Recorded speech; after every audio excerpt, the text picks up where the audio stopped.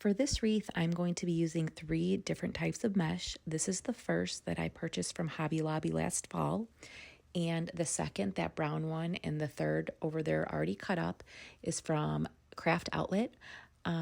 These are the cutters I will be using that I purchased off of Amazon. I will attach the link in my description of this video.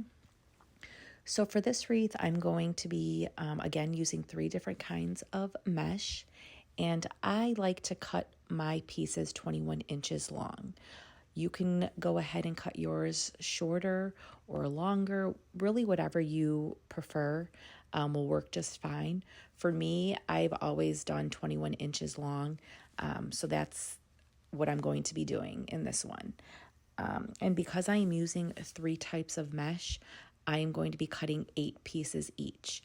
I usually use between 24 and 28 pieces of mesh for all of my wreaths. So because I'm using 3 different kinds of mesh, I'm going to start with cutting 8 pieces each, again at 21 inches long. So I just go ahead and continue to cut until I get 8, and then I will go on to the third roll of mesh. Again, I have already cut the first one prior to recording, just to save y'all a little time.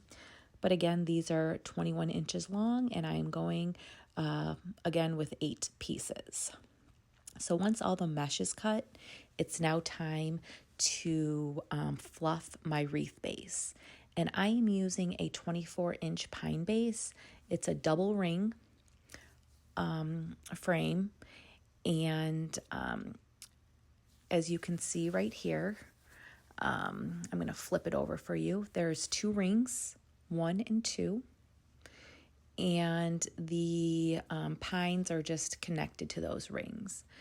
And so what I do is I just go through the entire wreath and I just fluff up those pine needles.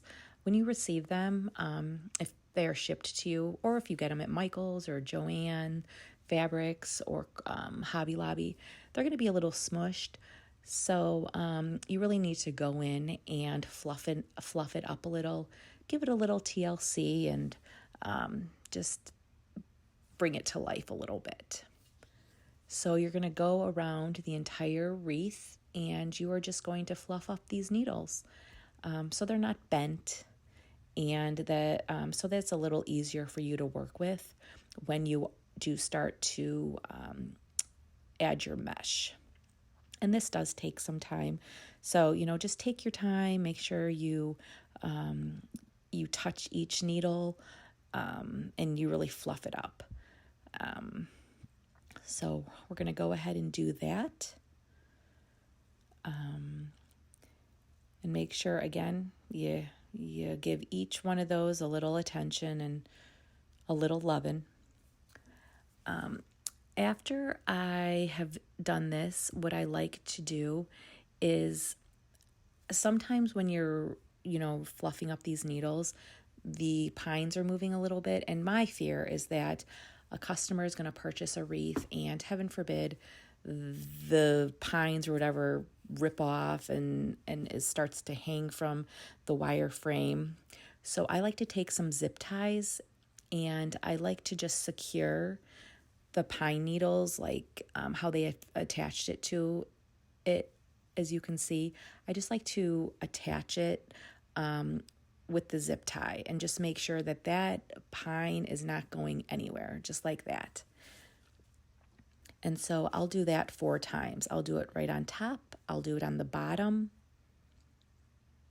You just, string it through and zip tie that pine to the wire frame. And then again on those on the left and the right. This is just added security. Again, you don't need to do this, but I always notice when I'm, fluffing up the pine needles that it moves a little bit, and I get anxious just thinking about a customer spending, some money on one of my designs and something like that happens that could have been prevented. So again, just an extra measure that I like to take. So just a little tip for y'all at home. And then I just like to, obviously you're going to have to cut off the extra zip tie. And you can't even tell once you put the greenery and the mesh in there. And your customers will thank you. See, just like that. All right, and now I just do a little final brush of the wreath, and now it's time to stuff it with your mesh. And what you do here is you're going to lay it out, and you're just going to roll it. You know, each side is going to be rolled in. I'm going to give you a little better angle here. Hopefully you can see what I'm doing here. All right. So you're going to take both, so you lay it out flat and you just roll it in 2 or 3 times, and then you cruffle it in, a little cruffle in, and then you flip it over like so. And that's where how you stuff it into the pine needles. And I like to do the outside first, and you're going to find just 2 needles, and you are going to put that mesh as far deep in as possible, and you're just going to twist those needles together so the mesh is secured like so. See? It's like a little bow tie going in. And then you alternate with your mesh, and there's really no rhyme or reason why I've chosen this particular pattern or choice, but so now I'm going to go in with the second mesh, and again, roll the 2 sides in and crinkle it in like so, and turn it around, and then you insert that right into the pine. You're going to find 2 needles, and you're just going to stuff it in there like that, and then twist the needles together so it's secured tightly, so that mesh will not go anywhere. And then you're going to go with your third piece of mesh and do the exact same thing. And what I'm doing here is I'm just, opening up the two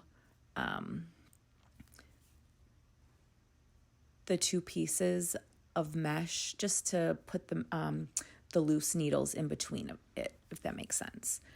And here's the third piece of mesh, and again, just the 2 ends, and then you're going to crinkle it, and then you're going to find that where to stuff that. And you're going to twist the pine needles together so that mesh is again secure. And there will be needles in between the pieces of mesh, and I just like to move them so they're not hanging out on the outside of the ring. And then you're just going to alternate again. That's the first piece of mesh that you started with. And you're going to fold it in and then crinkle it together, and you're going to find 2 more needles to put that mesh inside of it, like so, as far deep as possible, and then you are going to twist the needles together.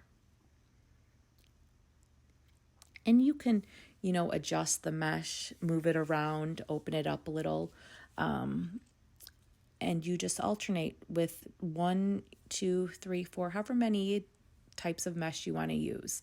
Again, I'm using 3, so I'm going to alternate between the 3, and I'm going to go around the entire outside of the wreath form, like so.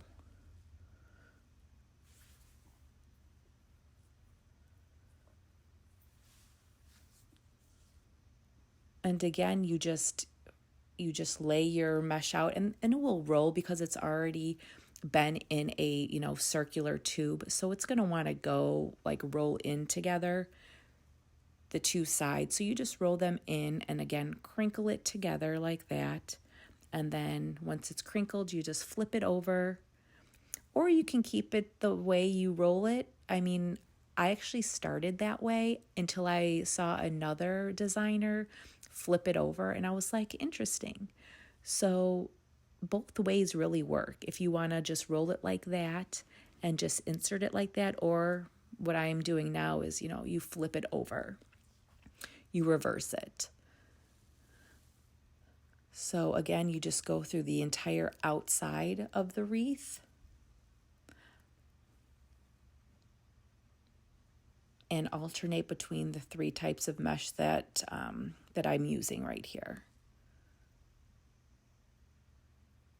And you'll see coming up, I didn't cut enough pieces, so I'm going to have to go back and cut more right here. Oh wait, no, not yet. I'm rushing, I'm jumping the gun. But I do eventually have to cut more pieces because 24 pieces for this particular design was not enough. That's later on. Sorry, friends. All right, now you can see that I am done with the outside, and now it's time to fill the inside of the wreath. And again, you're just going to alternate it with the three different pieces of mesh that you're using, doing the exact same thing. So you're going to find, and you can start with whichever mesh design you want. And you just, the closest part into the ring as possible.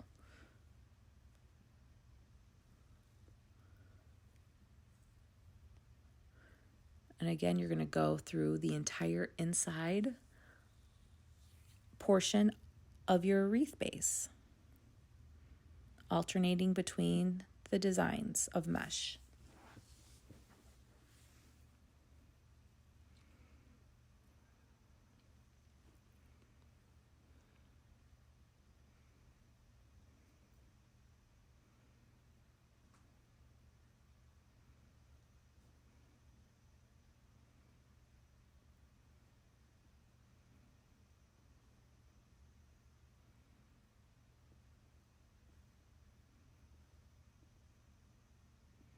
And you'll be able to see that it's really starting to fill up. And you will notice there is green, like the pine needles are still showing. But later on, once I fill it with greenery and ribbon and whatever wreath attachment I'm choosing to use on this design, you won't see the pine needles or pretty much any of the mesh. The mesh really, what it does is it makes the wreath fuller. So there you go.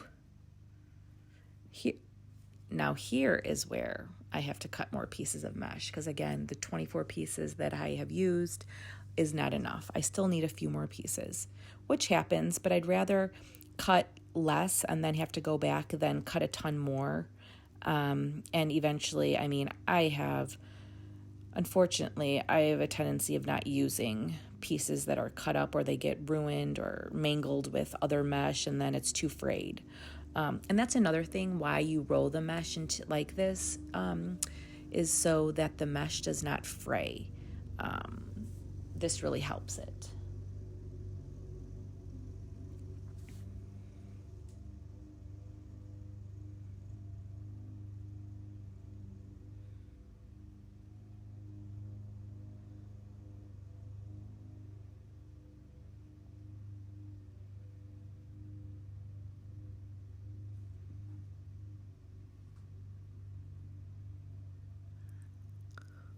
All right, and we just have a few more pieces left, I believe.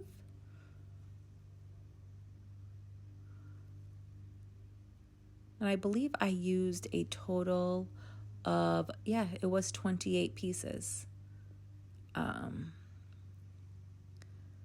And it's not always going to be even with each type of mesh. You're not going to use the exact same amount of pieces. And to be honest, you can't even tell.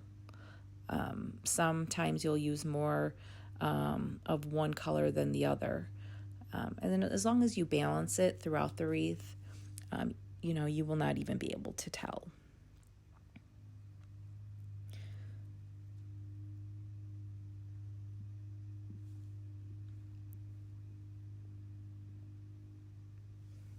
And there it is, all meshed up.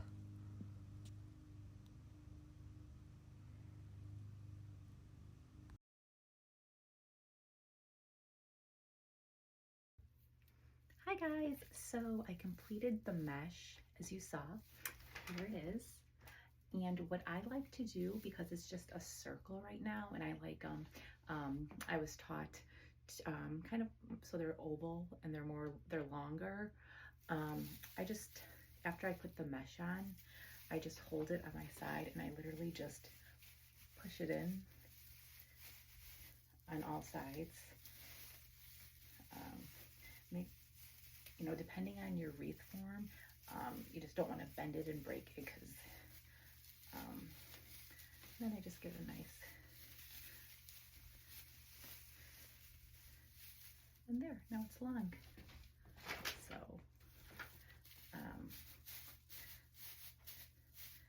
just fix it a little, but there it is. That's how it is, an oval as opposed to a circle.